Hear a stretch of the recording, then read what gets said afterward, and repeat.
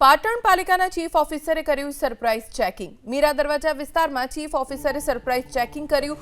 પાણીપુરી માટે વપરાતા બટેકાનો અખાદ્ય જથ્થો મળી આવ્યો છે। પાણીપુરીમાં વપરાતા સડેલા ચણાનો જથ્થો જપ્ત કરવામાં આવ્યો। અખાદ્ય ચીજ વસ્તુ મળતા 22,000નો દંડ કરવામાં આવ્યો છે। દુકાનમાં સસ્તા અનાજની દુકાનમાં મળતું મીઠું પણ મળી આવ્યું।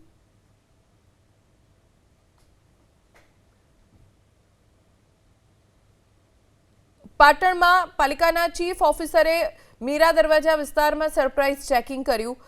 પાણીપુરી માટે વપરાતા બટેકાનો અખાદ્ય જથ્થો મળી આવ્યો। પાણીપુરીમાં વપરાતા સડેલા ચણાનો જથ્થો પણ જપ્ત કરવામાં આવ્યો છે। લગભગ 22,000નો દંડ કરવામાં આવ્યો છે, કેમ કે અખાદ્ય વસ્તુઓ મળી આવી છે, જેને જપ્ત કરીને તેનો નાશ કરવામાં આવ્યો છે।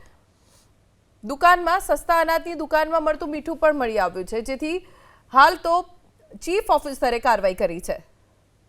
વધુ જાણકારી અમારા સંવાદદાતા એજાઝ પાસેથી પ્રાપ્ત કરીશું। લોકોના આરોગ્ય સાથે કેવી રીતે ચેડા થાય છે તેનો ખુલાસો ચીફ ઓફિસરની તપાસમાં થયો। એજાઝ, શું વિગતો વધુ?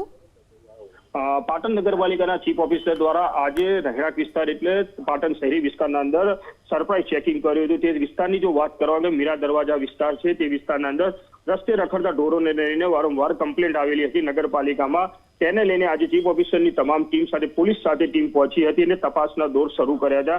તપાસની દરમિયાન જે પકોડી બનાવનાર જે ભૈયાજી લોકો હોય છે, તેમના ઘરોના અંદર તપાસ કરવામાં આવી હતી। રહેણાંક વિસ્તારોના અંદર તપાસ કરવાની એ જગ્યાએથી અખાદ્ય બટાકા તેમજ ચણા છે તેમજ મીઠું છે તે મળી આવ્યું હતું। તેને લઈને તમામ લોકોને અત્યાર સુધી 22,000 સુધીનો દંડ પણ ફટકારવામાં આવ્યો છે। સાથે કહી શકાય કે જે પૂરીમાં ઉપયોગમાં લેવાતું તેલ હોય કે તમામના નમૂના પણ લેવામાં આવ્યા હતા। સાથે કહી શકાય કે સડેલા ચણા પણ ત્યાંથી મળી આવ્યા હતા।